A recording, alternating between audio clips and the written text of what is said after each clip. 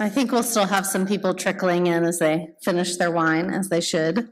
But I wanted to welcome everyone tonight. My name is Erin Dunn, and I'm the curator of modern and contemporary art here at Telfair Museums.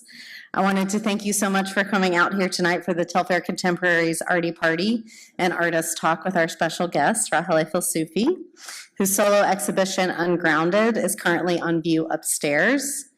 If you are interested in attending events like this in the future and you're not a Telfair Contemporaries member, I hope you might consider joining to continue to support contemporary art and artists through lectures, exhibition opportunities, publications, and acquisitions.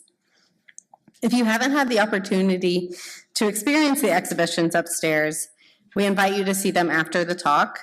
Ungrounded and the Mas Mystique, Southern Women and New Pottery will be on view through Sunday, September 7th.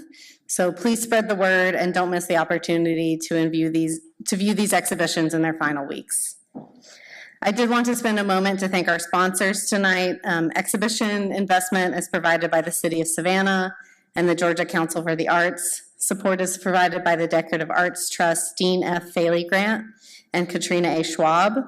Additional support provided by Eric Diefenbach and James Keith Brown and Mrs. Joan Levy. Thank you to my Telfair colleagues, especially Harry, Marquisa, Heath, Stephen, and Jen for their work on this project. And my sincerest thanks to my colleague and collaborator, Elise Gerstenecker, whose scholarship and vision for the Mas Mystique was the impetus for our curatorial partnership to bring Raheleh's work here to the Jepson Center. Before introducing our speaker, I wanted to call attention to another special guest here tonight, Raheleh Filsoofi. Do you mind standing up for just a minute? Say hello. Reza is a multi-instrumentalist, a singer, and a community advocate, and he will be performing tomorrow alongside Raheleh upstairs in the galleries, and these will be two performances at noon and 12:30. And we invite everyone who's here tonight to register online and return tomorrow to attend what is sure to be a really incredible experience. And I just want to share my deepest gratitude to Raheleh for the opportunity to work with her. It has really been an incredible honor. Raheleh is a collector of soil and sound, an itinerant artist, a feminist curator, and a community advocate. Her work revolves around themes of movement, immigration, and social activism. Clay and sound serve as her primary expressive mediums, enabling her to create diverse narratives through multimedia installations and immersive performances. Her art disrupts the borders that exist between us and seeks a more inclusive world, illuminating and challenging policies and politics. She has exhibited widely, both nationally and internationally. Currently, she is assistant professor of ceramics in the Department of Art at Vanderbilt University in Nashville, Tennessee, and holds a secondary appointment at the Blair School of Music. She is the 2023 recipient of the Joan Mitchell Fellowship Award, the 2022 winner of the 1858 Contemporary Southern Art Award, and the recipient of the 2021 Southern Prize Tennessee State Fellowship. She received her MFA in Fine Arts from Florida Atlantic University and a BFA in ceramics from Al-Zahra University in Tehran, Iran. Please join me in welcoming Raheleh to the stage.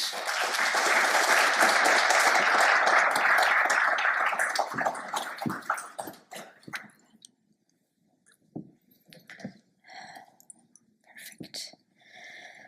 Good evening, and thank you for being here. I want to begin by acknowledging my presence as a traveler and immigrant in Savannah, Georgia, a land that is not my own, but one shaped by those who came before me, Indigenous people, fellow travelers, and all who have lived, will live, and continue to journey through this place. I'm deeply grateful to Telfair Museum for this invitation, and especially to my dear curator, friend, and advocate, Erin Dunn and Elise Gerstenecker, because of their vision, their extraordinary vision for this exhibition. I'm here. Thank you so much. I have a nomadic and itinerant artistic practice, which involves exploring various dimensions, geographical, conceptual, temporal, and disciplinary. This approach draws inspiration from the historical and philosophical legacies of Middle Eastern travelers and scholars like Ibn Battuta and Sa'di Shirazi. These pioneers shared their experiences and perceptions of unfamiliar territories to create insightful narratives about identity, humanity, and commonalities.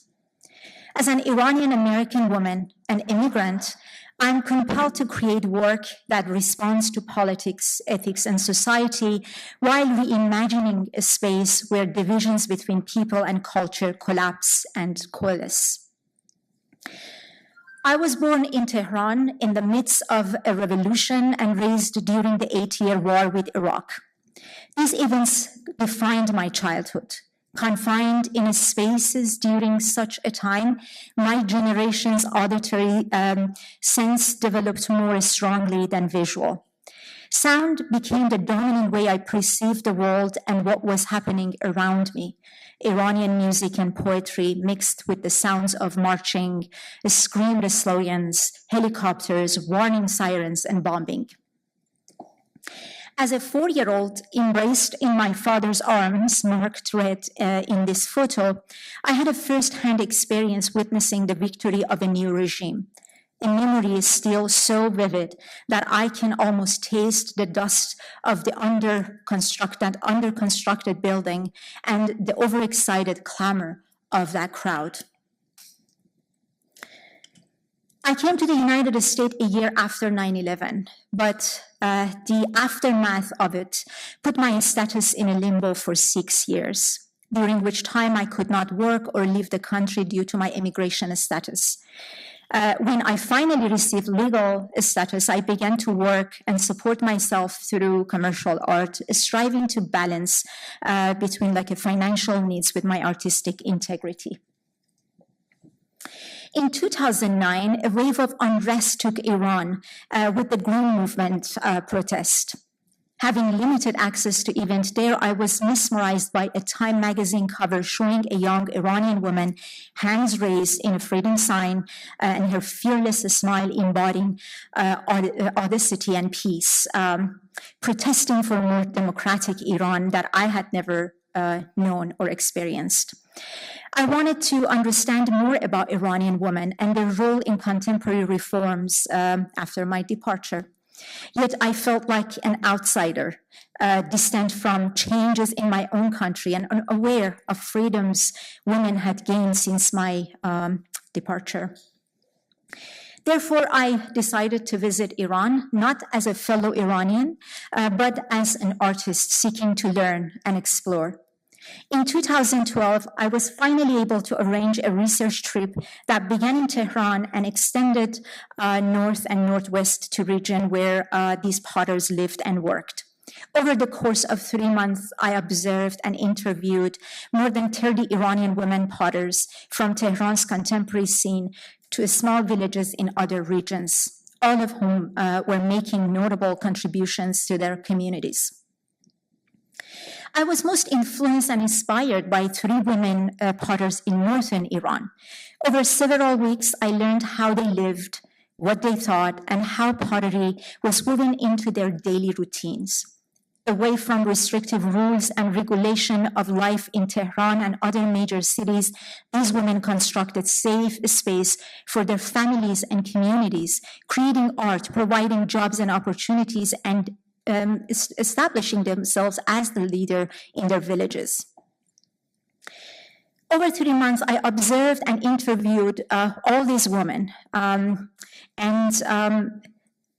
it was fascinating to see that the challenges they also deal and other tasks and other roles that they play as they are producing their work.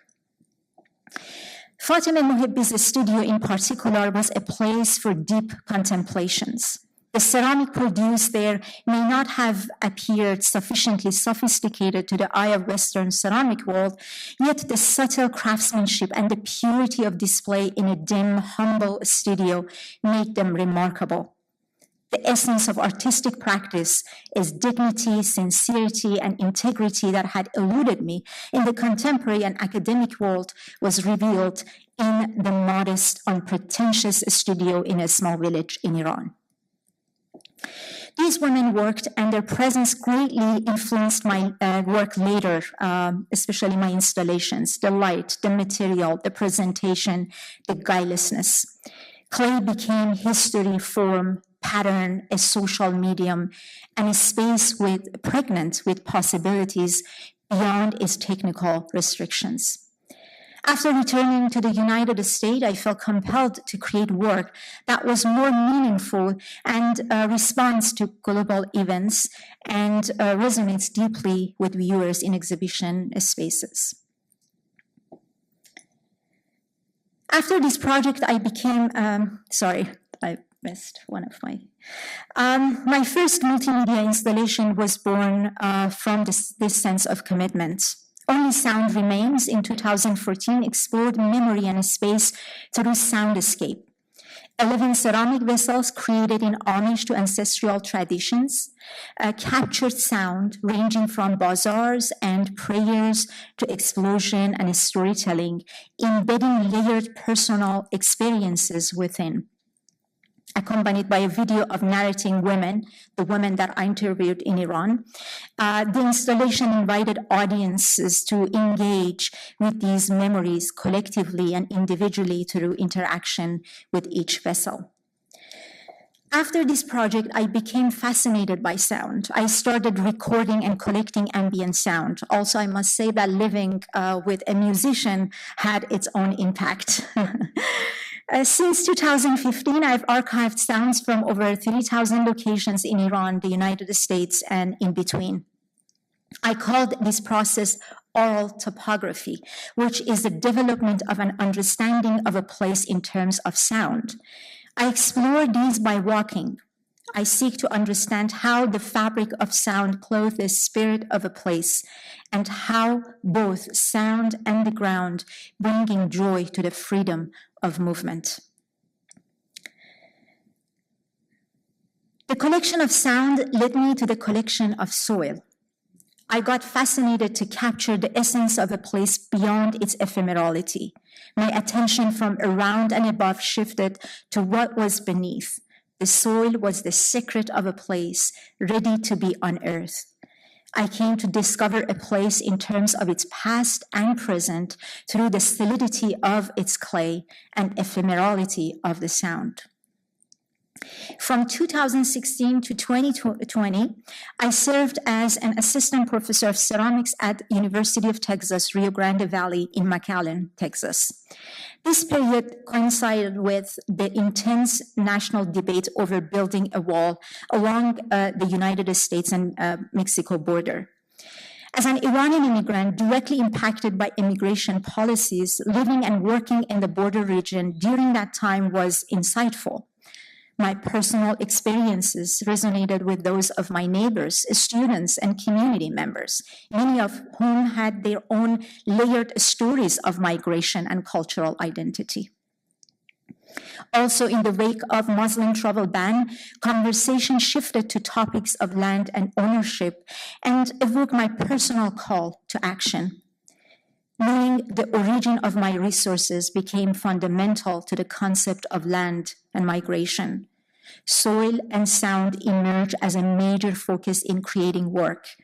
I had started collecting sound from 2015, but in 2016, my effort intensified. I had recorded sounds from hundreds of locations, and I said over around 3,000, but it eventually led to over 187 locations for soil nationwide. I must say that I can collect soil from everywhere, but sound everywhere. But when it comes to soil, I can only collect within the United States. I can't bring soil from another region here. I started doing this from starting from the border of American Mexico toward the north, and created many of my installations and performances using those clay.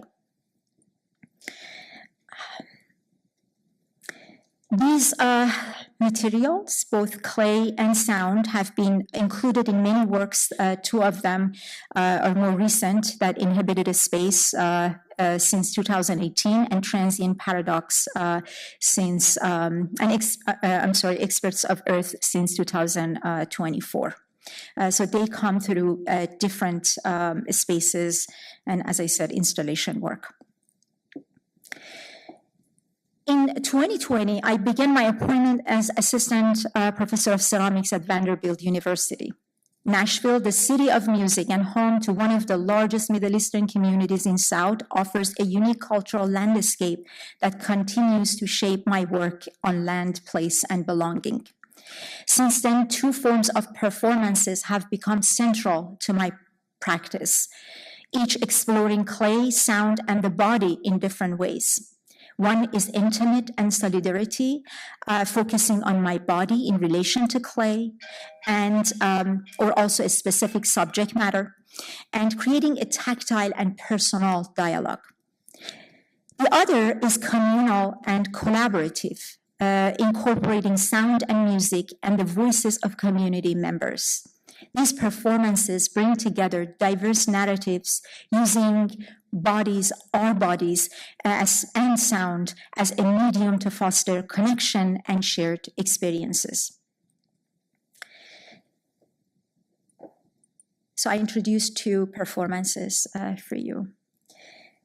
During the pandemic, the isolation and stillness of daily life led me to reconsider my relationship with material, particularly clay.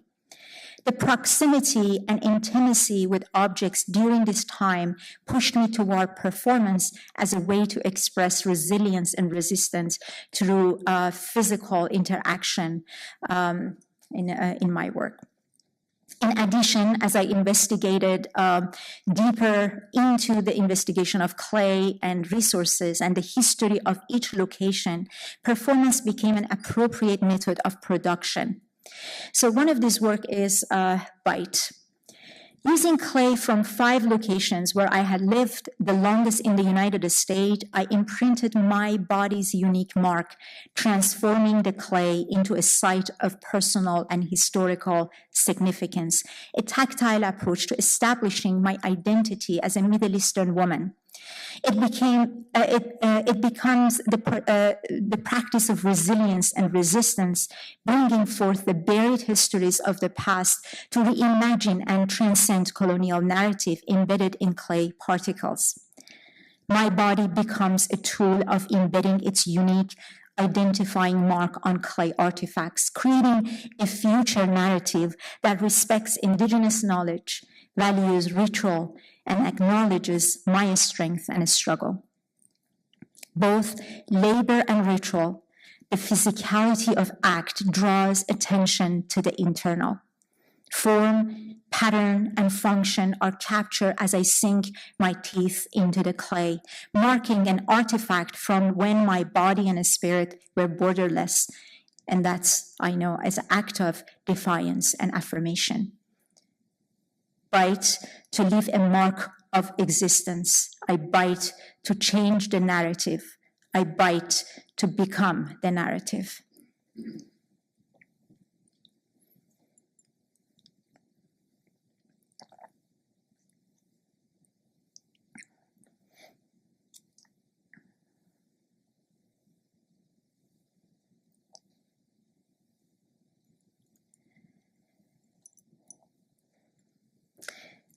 And that's a community performance and project.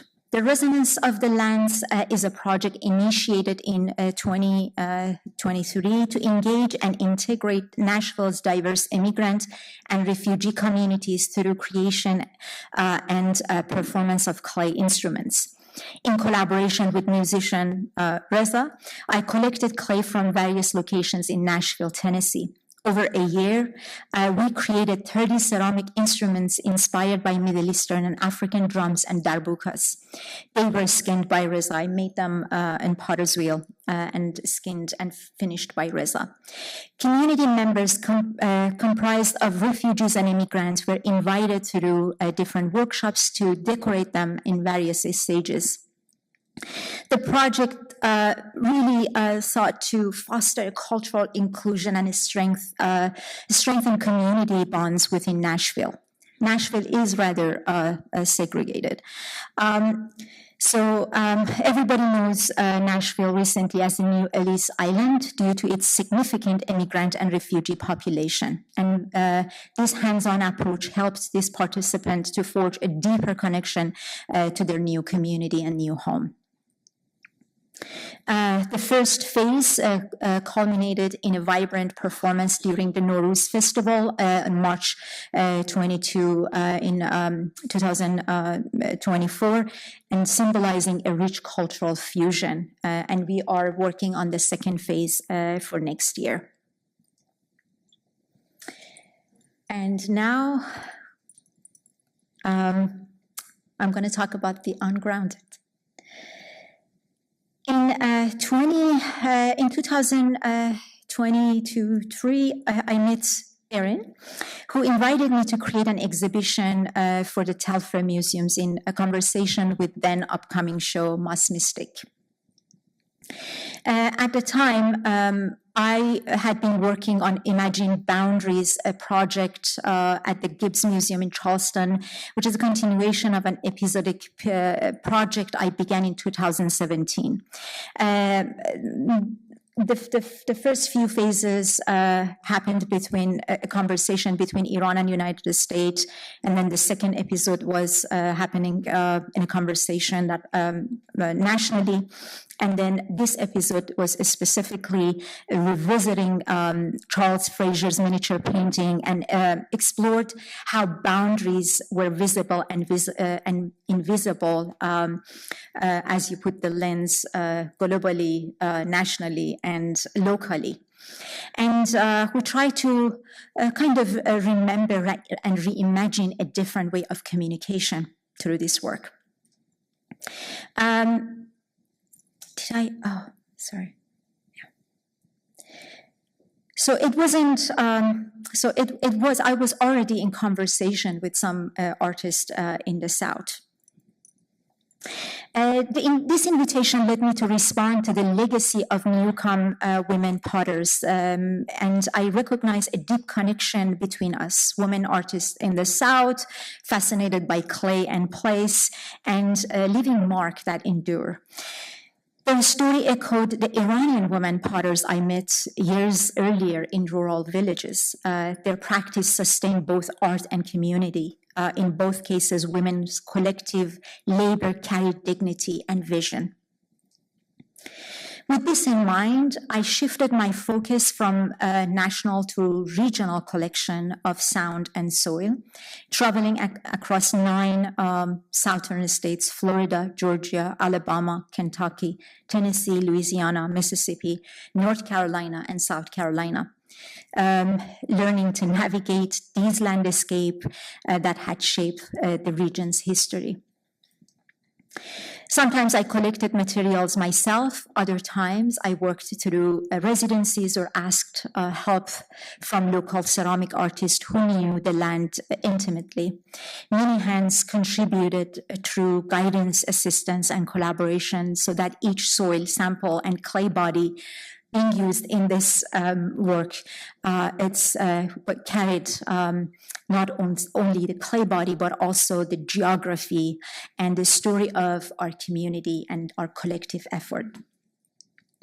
This clay in the studio goes under a very labor-intensive process, extracting, testing, preparing them for production. This exhibition consists of several components, each created with the recognition that one hand is never enough.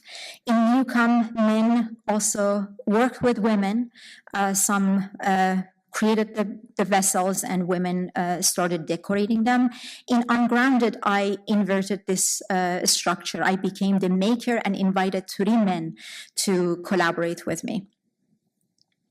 So the vessels in this work echo forms of the Newcomb potters, recreated in various sizes. These are some of my favorite forms, And as you see, to compare some of this form. However, the limitation of the local clay sometimes impacted to be ambitious in some of the form that they achieved.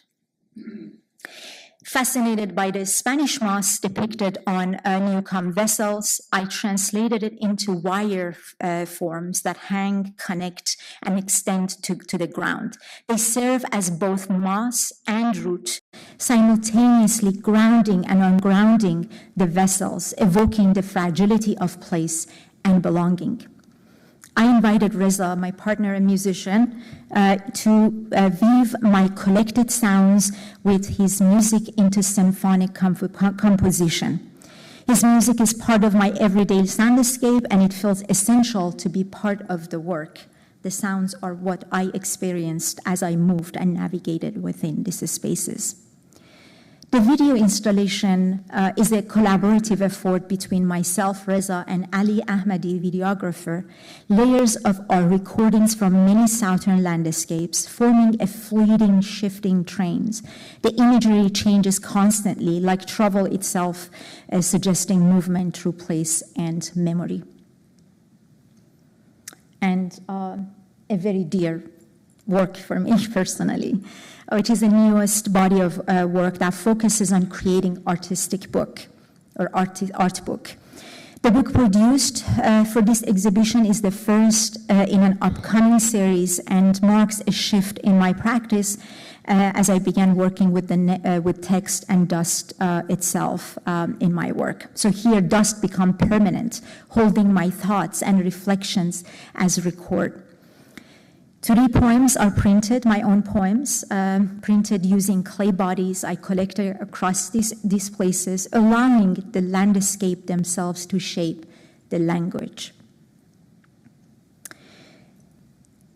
The technique which I developed and named argilotype is a method of painting and printing with clay. So this book is both a record of material encounters and poetic map of movement, memory, and place. Some framed pages are also, as you saw in the exhibition, serve as an homage to the legacy of the Newcomb women, the landscape they led us to imagine, and the histories they carried. Ungrounded has been one of the most challenging works I've created.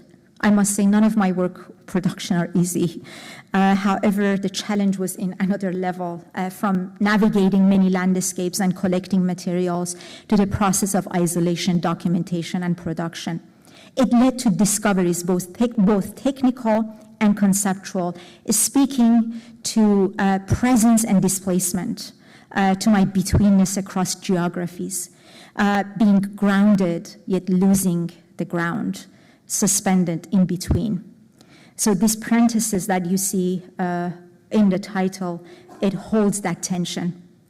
So my work inhabits this in-betweenness space where soil and sound embody both connection and dislocation and disconnection, while also deepening my sense of human connectivity and creativity. It brought me closer to the people of South in many places in South, especially in Savannah, who generously shared their time and resources and labor. My curator, Erin, walked with me through different fields, dug clay, and helped carry and transport materials. Others, like Christine West, Cy Bacon, extended their support and knowledge regarding this local clay in Savannah. So I'm very grateful for this generous support. And beyond this, the project connected me across time and place. I came to see how our stories are entangled. The women potters of Iranian village, the women of Newcomb in New Orleans, and myself as a woman making work between these histories and geographies. Clay became the thread, a medium of labor, survival, memory, and voice. Our dust became permanent.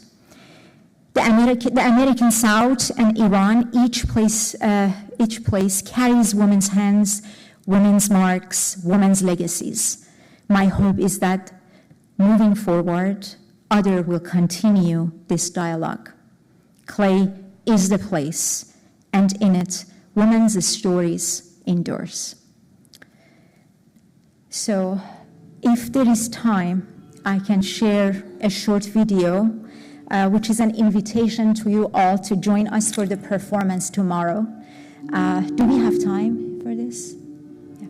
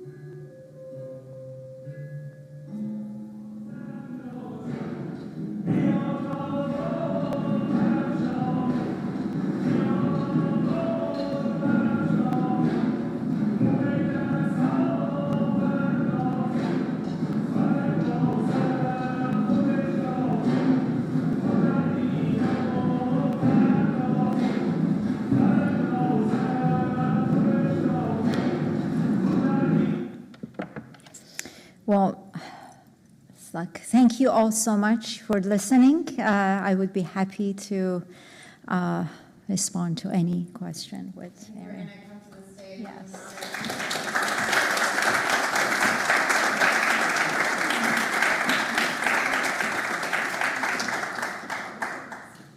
We have about, hello. We have about 15 minutes for questions. I'm pretty loud, so I can just project anyways, but yes.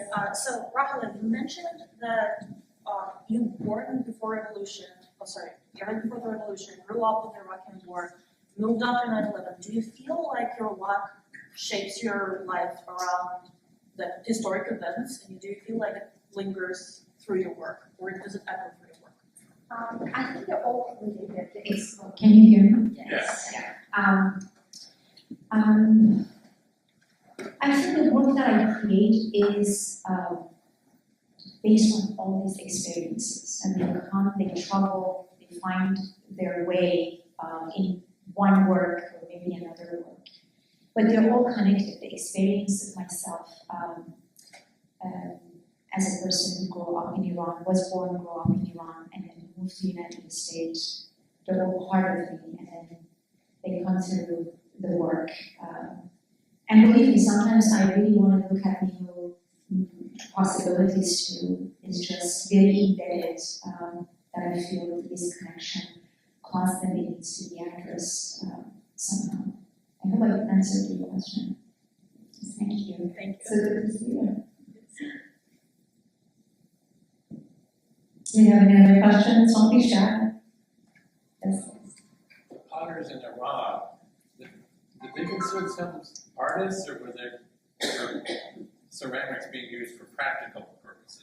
Thank you. Sorry, one question. I'm going to just repeat the question so that people, when later on recording, asking if the potters in Iran, it was considered art making, art practice, or if it was more for utilitarian purposes. Right.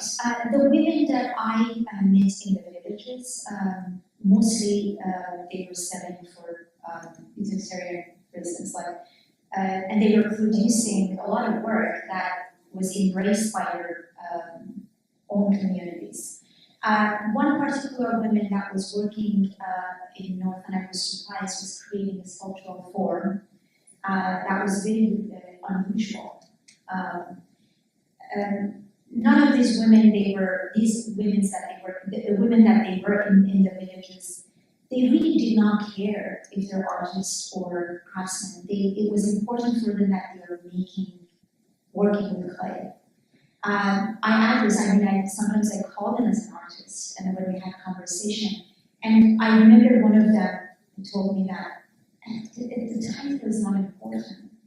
This is what I know, this is what I love to do, and that's keep my family with me because they were generating financial support, everybody was around them, helping them. However, the women in contemporary art scene of Tehran are very aware of their role as artists, and they practice it as an artist. So it depends on where you would meet these people, their communities, their surroundings, their educations, they all impacted how they would see them. But those women that I showed the pictures, those three women, didn't want to be acknowledged with any title, either craftswoman or artist. Thank you. That was because that was a good question.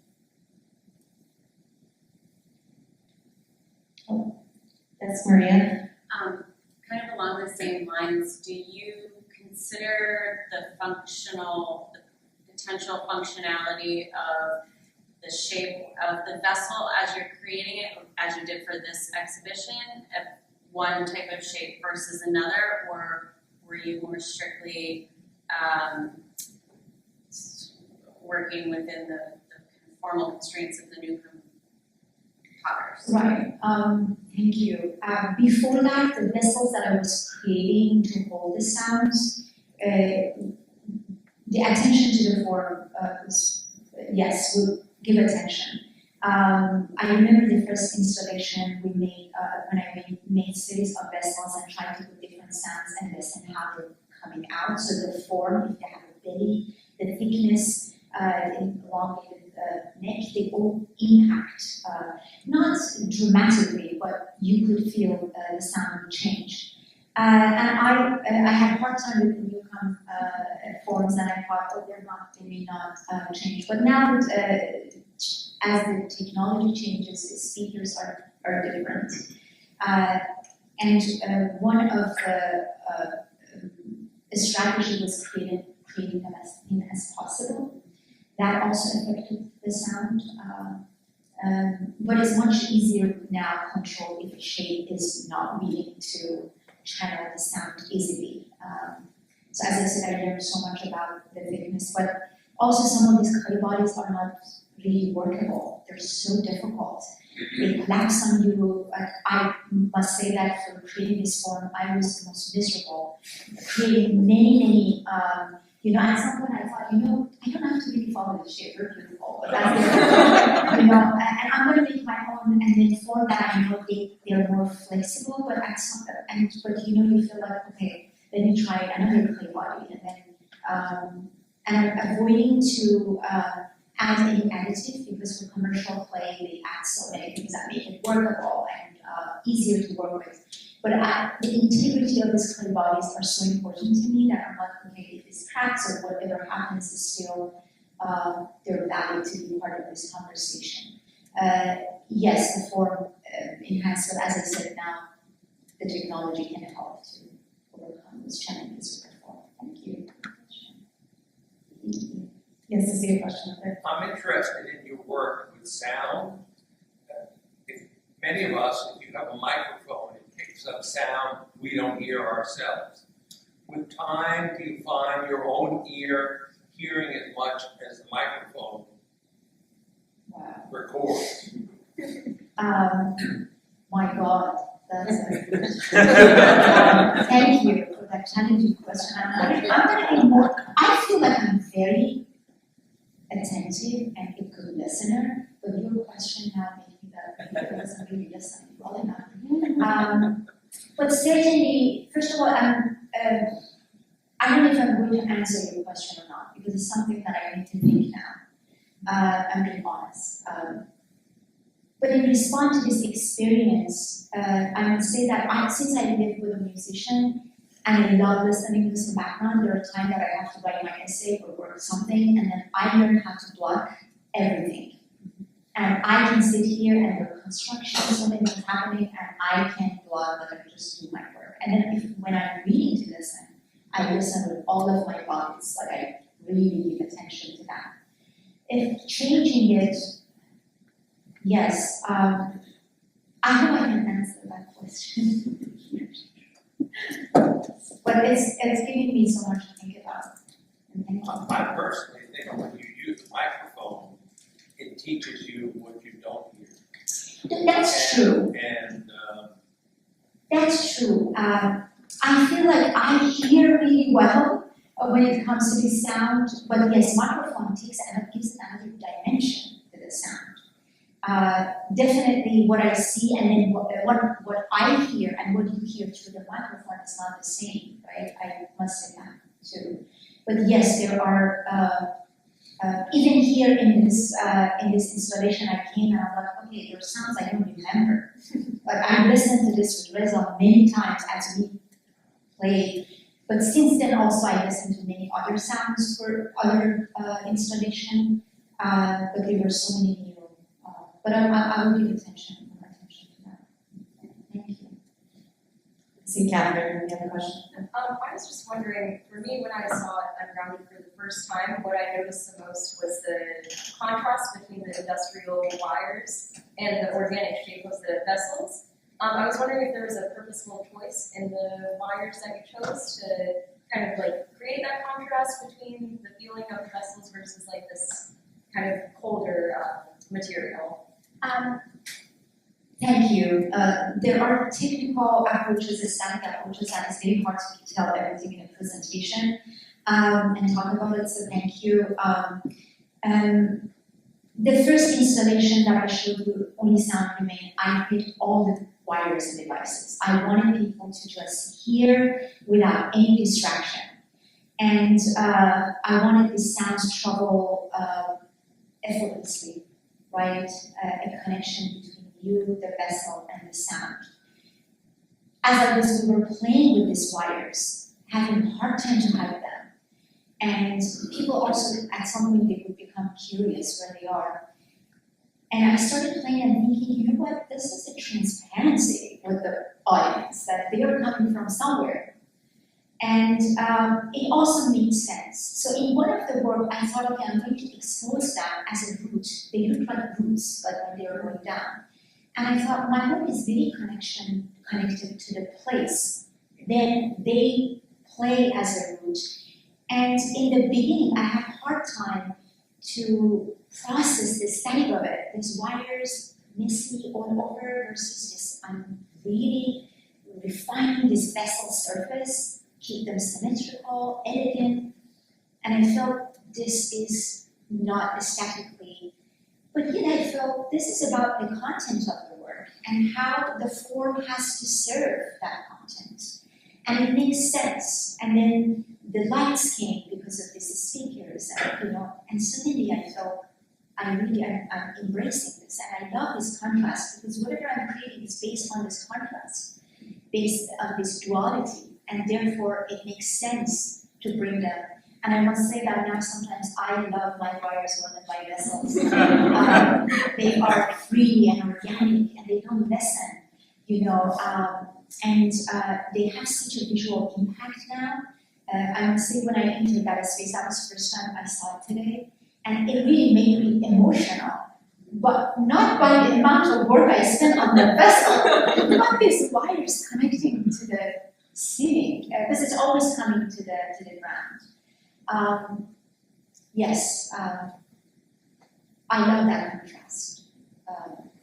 It's also resonant, the contrast between the sound that is ephemeral and clay that is solid. So I feel that works. I hope it works for you all as if you were practical. Thank you. Yeah, I felt like the wires going to the ceiling was a real aha moment for you during the kind of conversations we had about what the installation would look like. For a long time, it was going to be wires kind of coming down to the floor. And I think you had an installation where they were like, this is the only way we can get power, we have to put it up to the ceiling. And you were like, it's the Spanish moss, it's the hanging trees.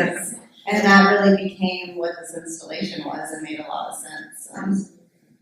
Yeah, technical issues sometimes actually really helpful to the artists to problem solve, but also see our own work from different perspectives. Wanted to ask about all the getting of the dirt and stuff. How much, you find that, I'm sorry, I don't know too much about the process. How well would you know if you had what you got when you were putting in your buckets? Is something that you knew in that moment, this will work it this way, or was it until you got back to the studio? I had the same question. I was like, how do you know this is real clay content? Okay. First of all, I must say that after, since 2016 collecting soil, I still make a lot of mistakes. Clay still can fool me. It's sticky, so you can tell that there is clay content in it. I try to stay to one bucket from each place and then see how much it gives me, and then I ended up with not having a lot of clay that I can use. So if I see the clay exists, I try to get more buckets if there is help and support. Like in Savannah, I had support on let's get 3-4 buckets. So I can ensure that at least there are enough for making at least one vessel or 2 vessels. But it's very hard to tell because there are some other things in the clay. As I said, I'm much better to identify if they are good. But you take them, sometimes I have 2 different processes. One process I have to do faster, so I use a lot of clay. There are artists that use clay directly as they use it. They take it from the ground if the clay content is high. They use it, they embrace the organic material, other things in the clay. I'm really aiming for that clay particle. And I try to isolate it, but sometimes I'm in a rush to finish the project, and I try to do fast isolation, and I use a lot. So it all depends on the place and the amount that I'm trying to take from that clay, and they've been places that I collected a lot, and I came and I had to throw them all out. There was no clay whatsoever, not even this much for me to cleanse my dust boils. Yes. I want to give time for people to look at the exhibitions. I think we have time for one more question. I saw Sai's hands go up. Yeah, I am thinking about like how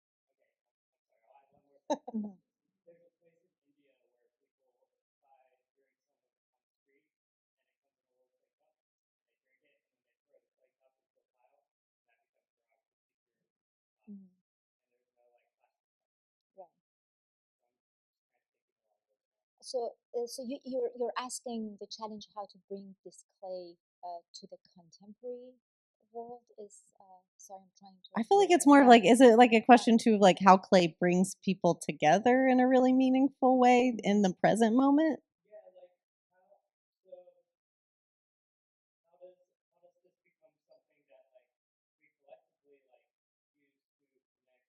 Mhm. Right, right.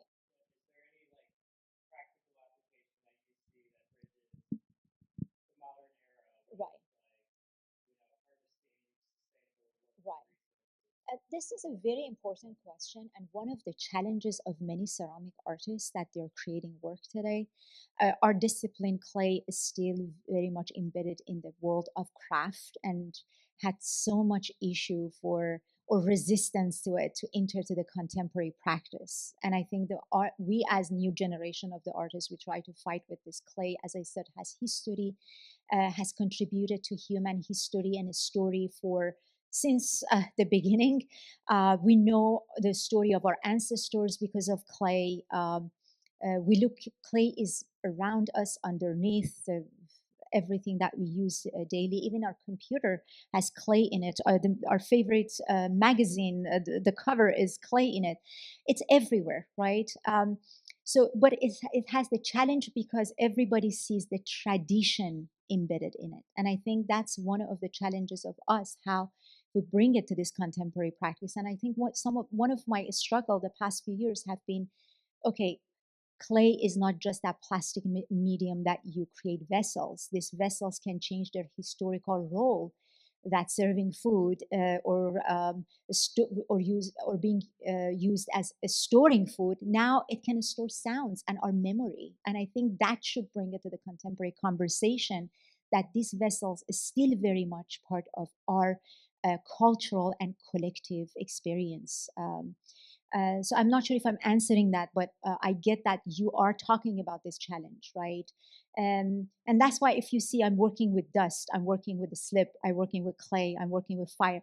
Like I'm constantly trying to show my, as I'm making my own work, and I'm very dedicated to my medium, but also my the art community and beyond that, to be aware of importance of this medium and different stages of it as it goes to these transitions, how much it can offer, and how much we as an artist can utilize it in order to talk about important issues. And that's why I'm bringing it to the social activism, because I believe in it and believe in the role of it. Yes, it's challenging, but I'm very hopeful because as you see museums opening the doors to ceramic, and people also now embracing that ceramic clay vessel can be presented and collaborate with wires, right? That is encouraging for that conversation. I think that's a wonderful place to end on. Can we all give a big round of applause to Raheleh?